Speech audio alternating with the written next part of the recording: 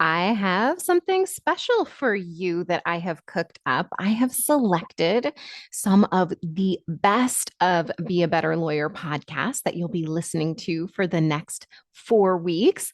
I've selected these really with an eye towards your identity and helping you shift your identity, noticing those patterns that you may not even notice are happening right now, and beginning to make shifts.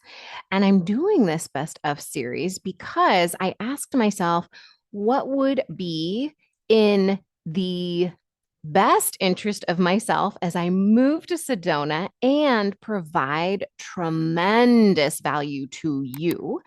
And that was to take some beautiful episodes I have from the archives. I have over 360 episodes of Be a Better Lawyer podcast. And even if you have listened to these episodes in the past, I offer that you listen to these episodes again and see your growth and take yourself to the next level, because no matter how often we revisit a topic, there's always a layer of an onion to pull back. Think of yourself as an onion, and every single layer, there's something else to learn about yourself, something else to peel back. And especially with these 4 episodes, I really looked at where might you be holding yourself back unintentionally and not recognizing patterns that have infiltrated your life at some point, and they're being reflected in your law practice or somewhere else in your life. So that is what I want to share with you, my friend. I am going to be moving to Sedona. So in a month, I will be recording from my brand new home. So I'm really excited about that, and I'll share all of the things.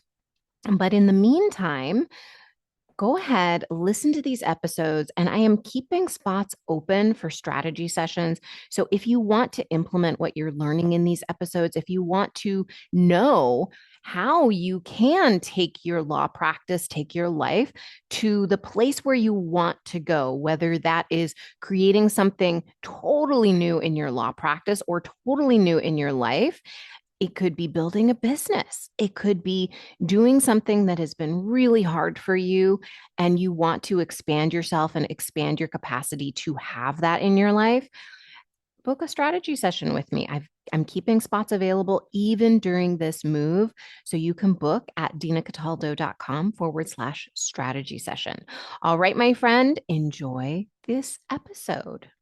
This is going to be a fun episode because we're going to be talking about vacations. Okay, I know vacations do not always sound like a lot of fun because you're thinking about work when you're going on vacation, you're thinking about work during vacation, and then you feel frazzled and hectic when you get back from vacation and tell yourself you need another vacation from your vacation. So, what we're going to do in this episode is make your life as easy as possible. You are going to learn how to take a guilt-free vacation, right? This is something I work on with my clients. We do this in session, but I am going to walk you through the thought processes that you can do on your own to get this result too. Because you don't have to feel stressed out when you get back. You don't have to be thinking about work the entire time that you are on vacation. You can enjoy your time alone or with your friends or with your family. You get to do that. In fact, I want you to think about vacationing as part of your job. It is your responsibility to take care of yourself so that you can take care of your clients. It's your responsibility to take care of yourself so that you can be at your best at your job. All right. Like, just look at this as just part of what you do.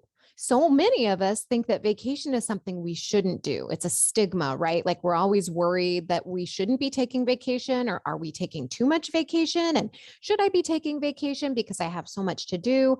And we worry about what people think and all of that. I want you to know that you are not indispensable. You are not somebody who is like the be all end all in if you're in a larger firm or even if you're in a solo practice. Now get your mind around that, because I have solo practitioners who implement what we're talking about in this episode who actually take 2-week vacations. I have one client who's doing it right now. I have another client who's taking a vacation in a week for 2 weeks. She's in big law. So this is happening. We work through the mind drama. We implement what needs to be implemented so that you can have that guilt-free vacation. And then you come back and you make it as easy as possible so that you're making a soft landing when you come into the office on that Monday morning when you come in. All right. So there are 3 phases that you need to work through in order to create a guilt-free vacation, right? Those 3 phases I'm going to share with you. I'm also going to share with you some of the mindset work that my clients have had to do to get their brains on board. If you want to do this work with me, book a call with me. Go to dinacataldo.com/strategy session.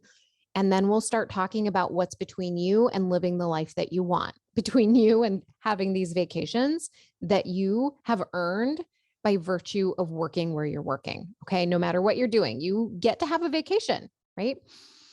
And this work that I have done with my clients, right? They have worked with me anywhere from a few weeks to months before they took their guilt-free vacation. So I want you to know that it is possible for you too. You don't have to have been in this thought work, mindset work for a really long time and have all of this awareness about your brain, because I'm going to help you with that in this episode. I'm going to help you get some of that awareness so that you can implement right away.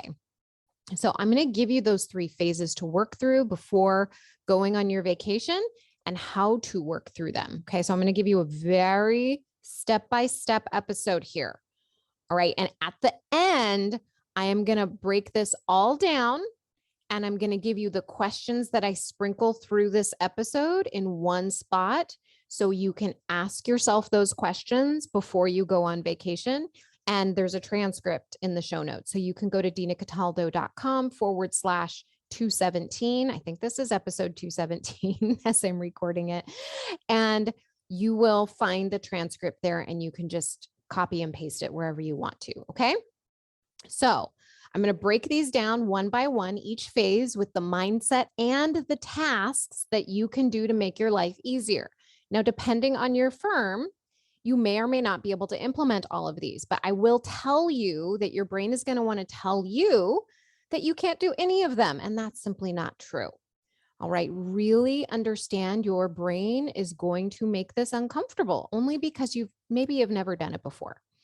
And so if you want that guilt-free vacation, be prepared. There might be some discomfort as you set up these processes in these phases. Okay. When do you start this work? I will tell you as soon as possible is the best answer to that question, but at least 1 week before you leave. I did this work all with a client yesterday during our session, and she had started planning some things during her, 1 hour on Sunday when she was planning her week, but she had kind of had this in mind in the last couple of weeks. And so she'd been setting some things up. So the earlier that you start this process, the easier it will be to get things in order. I suggest giving yourself at least an hour to do this work, maybe 90 minutes, and it's going to go a lot faster if you already have a calendaring system in place and implemented, but you can still do this even if you don't have that. So here are the 3 phases that we're going to be talking about. 1, plan out the week before your vacation. 2, create a belief plan for the time that you're on vacation. And phase 3, plan out the week you come back from vacation before your vacation. Makes sense, right? Phase 1, plan the week before your vacation. Your brain will tell you some things when you start doing this. It's going to tell you things like, there's too much to think about, and I don't know where to start. Don't listen to your brain. You know exactly where to start. You know how to prioritize, and that is the process we're going to be working through here. The very first thing that you do is see what's on your calendar this week that needs to get done before you leave. How can you make your work easier? Ask yourself that. Is there anything that you can delegate? Are there phone calls that you can make now to get the ball rolling on a project? what else? Keep asking your brain, what else? What else can make my week easier? Next, ask yourself what will make the 2 weeks away from the office easier for you. It could be things like asking for coverage, letting your colleagues know that you won't be checking emails and to only phone you if they have an emergency, no texts. Okay, I really like this. One of my clients came up with this, and she did it specifically to make it as hard as possible for her peers to contact her while she was on vacation. She said, look, don't contact me unless there's an emergency and call me. No texts, no emails, anything like that, because then it would have to be a true emergency for her to be involved in whatever it is that was going on. Maybe it's something like just changing your voicemail so people aren't leaving you voicemails, or you can say something like dial 0 to reach my assistant. Letting them know I'm not checking my voicemails while I'm away. This is something for your clients. It's not even going to be a problem because we're going to start talking about your clients and contacting your clients ahead of time to manage expectations. So that way, this voicemail is not going to be a huge surprise to people. It's going to be okay. All right. So ask yourself what you might be thinking about when you're away that will distract you. There's a lot of things that can distract you if you let it when you're on vacation. So the problem solving part of this is to anticipate what might distract you so you can problem solve ahead of time. So those distractions could be things like a client's going to have a question, a client's going to want an update.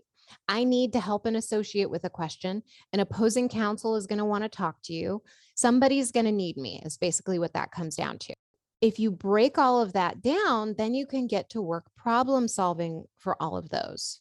It might look something like contacting your clients ahead of time so they can know that you're going to be gone and you have an attorney who's covering the matter, or calling them with an update now and then letting them know, hey, I'm going to be away for 2 weeks, but don't worry about it. Nothing's happening on this case for the next 2 weeks.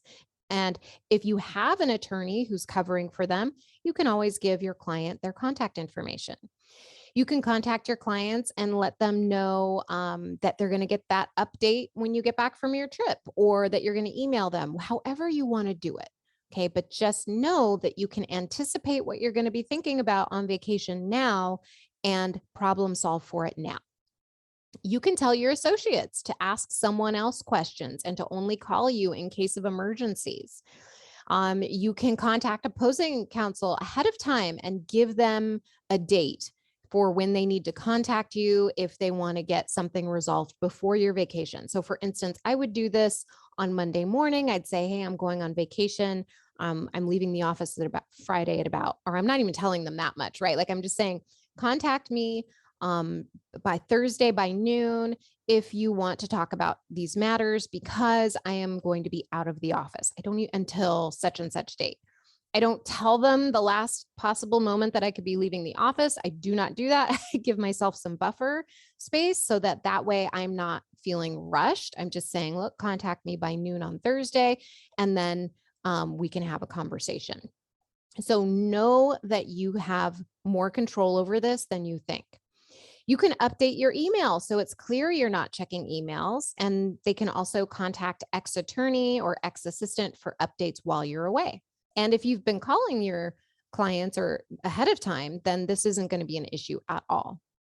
Now, the same thoughts that may prevent you from taking your vacation may prevent you from taking action on these things. You might think that people expect you to be available all the time, but you get to decide if that's a perk you want to give other people. I am not available to anyone at all times. I decide when I'm available for people. Each of us get to do the same thing. And chances are you're listening to this episode because you want to spend more quality time with your family or your friends or yourself instead of being distracted with work. Make that a priority. Ask yourself if your work is the priority, or is it being present in the way you want to for the people that you want to be present for? And if you want something different to happen, you've got to do things differently. If they are uncomfortable, that's okay, right? That's going to happen. Whenever we do something different, we're going to feel uncomfortable. If you've never done these things before, you're going to feel uncomfortable doing them. Doing them, though, is going to ensure that your clients are taken care of and help your brain be more at ease when you are on vacation. All right. So, phase two, create a belief plan for the time that you are away. Now, your brain might go haywire while you're on vacation. It's been known to do that, right? It does that before you go to bed. Why wouldn't it do it while you're on vacation trying to enjoy yourself, right? It might say things to you like, I should be available all the time. Something may have gone wrong. I should really check my emails just to be safe. Someone might need me. I mean, these are all lies. If you've done what we just talked about in phase one, and you do what we are going to talk about in phase three, these voices are going to shush a little bit. It's your responsibility to notice these kinds of thoughts and not react to them. So, for example, if your brain thinks, I should check my emails just to see what's happening on the X matter, stop everything. In that moment, your brain is lying to you. In that moment, your body will likely feel an urgent desire to check your email, to text your assistant. It might even feel like a compulsion, like you have zero control over yourself. You do have control. Don't let your brain ruin your vacation. Like, really just sit and feel that urgent desire and sit in it and do not react. Don't text, don't email. And this is why your brain is in the habit of running the show and you just react to it. And so if you start not reacting to what the brain is offering you, the brain starts to get a little quieter. Okay. It starts to feel less urgent when you start showing your brain, like, oh, maybe that's not as urgent as I thought. Maybe I don't really need to check my email. Maybe I don't need to text my assistant. Like, your brain just starts to say, oh, she's not responding to this urgent desire like she usually does. Maybe this isn't what we're going to do anymore. And that's how you change a habit. Okay. When you feel that urgent desire to do anything, right? It could be to eat, it could be to online shop, it could be a compulsive desire to work, to check your email, whatever it is, check social media. To change a habit, we've got to notice the desire, that urgent desire to do those things, and then pause and sit with them and do not let ourselves react to them, right? So that's okay. Find that urgent desire, feel it, breathe. Okay. And the more you practice this, the quieter your brain's going to get. Now, this is also the time to remind yourself of all the great things you did in phase one. You know, when we started like working through what needed to get done, it's also time to remind yourself all the things that we're going to talk about in phase three, all the things that have already gotten in order so you don't have to worry about a thing, right? That's the time to remind yourself. And then there's the belief plan, right? The belief plan comes in because we forget that other people know what they're doing. We think that we're the only people who know exactly what needs to get done. And so sometimes we need to remind ourselves things like, my people are competent. They can take care of things. No lie. This is something that I've reminded myself of and that other attorneys I've worked with have needed in their belief plan. Everybody's belief plan is a little bit different. Maybe you don't need those thoughts at all, but recognize the thoughts that you have that can be kind of just quietly countered with the truth. My people are competent. They can take care of things. Maybe the thought is, you know what? They're going to call if there's something urgent. I don't have to worry about it. Or reminding yourself, hey, I called my clients and they know they're taken care of. Everything is already figured out. I don't need to do anything else. Like, those are the reminders. That's the belief plan to remind yourself of when you have these urgent desires to check your email. Now, a word of warning, because you will, if you are anything like anyone that I work with, you will be tempted to check your email. You will be tempted to respond to something. You're going to be tempted to respond to a text. Okay. Even if you've planned everything according to this podcast and, you know, you've made your belief plan and you've done everything that you told yourself needed to get done, there will still be this urge and you might respond to it. And I want to caution you, because if I caution you now, it might prevent you from taking action that is going to ensure that you are thinking lots about work while you're on vacation. So, this is how it will show up. You will find yourself compulsively checking your email, and you're going to see an email that you tell yourself that you should answer because it'll make your week back a little easier. And then you'll get an email response once you send that email. And then you're going to feel obligated to check your email again and then to respond. And then your week will not be easier, right? There's nothing that needs to get done. You've already done everything to make your week easier.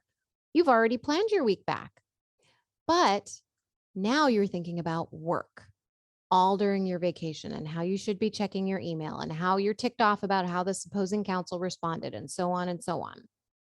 Do yourself a favor and leave the email that you want to respond to alone. If you've done everything in phase one, you have nothing to worry about. Okay. Another example of how this will show up: an associate will text you with a question, even though it's not an emergency. And you told them in phase one to call you only if there was an emergency. Ignore their text. They're just checking in to see if you're checking your phone, and they're looking for an invitation to communicate with you. You are on vacation. All right. They don't know how close you are to your phone or if you're even checking your text messages. This is called implementing a boundary, right? You've told them how you want to be communicated with, and now they're not doing that. You simply ignore the text. You do not respond. Okay. Another way this might show up: you will open your email on accident, of course, right? Because you're just responding compulsively to that urge, and you see an email from a client. You open it. You interpret it as being critical of you or something that's going on in the case, and there's nothing you can do about it while you're on vacation. So you ruminate on it and you find yourself thinking about work and how you'll respond when you get back. Don't open your emails is the moral of the story. If you've set everything up the way that we're talking about, you don't have to open your emails. You can avoid all of these scenarios by trusting yourself to have planned in advance what needed to be planned, trusting others to call you if there's an emergency, right? Trusting them to follow your instructions, and trusting that you can handle whatever happens when you get back. Your vacation is basically an exercise in self-trust. So take this opportunity to really start to trust that you've got this covered, that you can handle this, that everything's going to be okay. All right, let's move into phase three, which is going to help phase two be just a little bit easier too. Phase three is planning your week back before you even leave on vacation.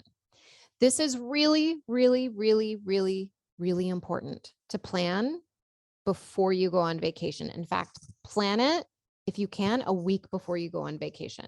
It's going to alleviate mental drama while you're away, because you're going to be able to remind yourself that you've already taken care of what needs to be prioritized when you get back. First, keep that week as clear as you can. That's why if you know when you're on vacation, you can block that week out and say no new consults, or I want to make sure I'm not scheduling hearings on that week. Like, do what you can to keep that open, because you're going to have things that you need to catch up on, and you'll want to have that space so that you can do that. That you'll have enough to do when you get back. There's no need to rush into hearings right away. And if you don't have the ability to do that, that's okay too. There's a few questions that you can ask to make your life easier. First, ask yourself, how can I make my life easier when I get back? Right? Ask this a few times of yourself. Your brain is going to start searching for the answer. It will find answers for you. Are there anything like projects due the week that I get back that I can get moving now? So that might look like assigning part of a project to an attorney so that when you get back, there's work product for you to review. Or it might be emailing an attorney for information that they might need additional time to get back to you on, and you already know that. And you can also make your life less hectic if you jump on these kinds of things so that you're not getting back and there's a shorter crunch on the timeline. So think about how you can make things easier. Are there any projects that I can start kind of moving forward right now before I even go on vacation? The next question to ask yourself is, what are my 3 priorities on the Monday that I get back? And when you think about what you want to prioritize, ask yourself what the domino will be that will make your whole week easier. You just do this one thing and it's just going to tick that domino over and everything's going to fall into place. I asked my client this question and she discovered that she was making her week back harder when she was thinking through some of these questions by thinking that she needed to review all of her files for updates. Now, an easy way that she could get these updates was just by emailing the attorneys in a mass email who covered her cases and asking them if they had any updates. And that was her domino to get the updates rolling into her inbox while she started doing other things that were on her priority list. These are essential phases to work through to make your vacation guilt-free. Now, if you want help making your whole life easier, book a call with me so we can work together one-on-one. All right, so let me run through these 3 phases and the questions to ask yourself. There's a transcript. Remember, there's a transcript of this in the show notes too. So if you're driving, don't worry about it. Number 1, plan out the week before your vacation. What will make my life easier this week? What will make my life easier when I get back if I do it this week? What might you be thinking about when you're away on vacation that will distract you? How can you alleviate those concerns now? In other words, how can I problem solve for those now and implement the solutions? What are potential issues that could come up while you're away? Problem solve for those and then implement the solutions. Phase 2, create a belief plan for the time that you're gone.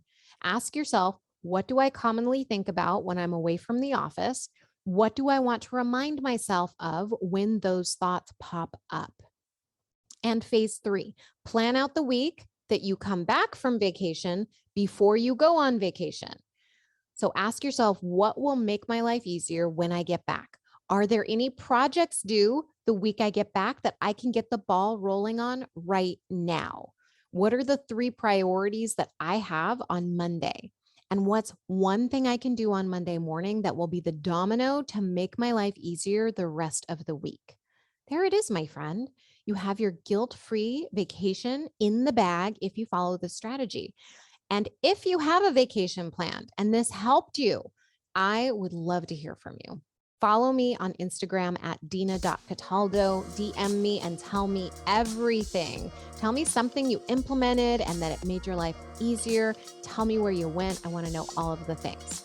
All right, my friend, I will talk to you soon. Bye.